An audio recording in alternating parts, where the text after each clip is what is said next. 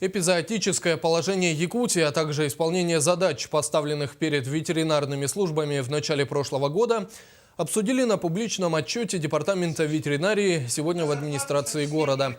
По итогам прошлого года мероприятия по предупреждению и ликвидации болезней животных выполнены в полном объеме. Одной из наиболее острых тем является работа с безнадзорными животными. Если в прошлом году на эти цели выделили около 58 миллионов рублей, то в этом году сумма составила всего около 44 миллионов на республику. Это объясняется тем, что в эту сумму не вошли расходы на строительство пунктов передержки животных. Мы все параметры отлова, транспортировки оставили на уровне прошлого года. Здесь только не считается строительство.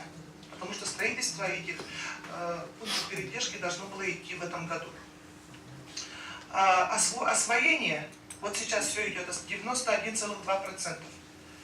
То есть 52 миллиона 547 тысяч, как отчитываются наши муниципалитеты. Это вроде бы неплохая цифра. Даже как-то радуется, что за полгода, только за 4-3 месяца так быстро они исполнили бюджет. Но если это так, то хорошо, конечно. Но тут берут тоже какие-то сомнения.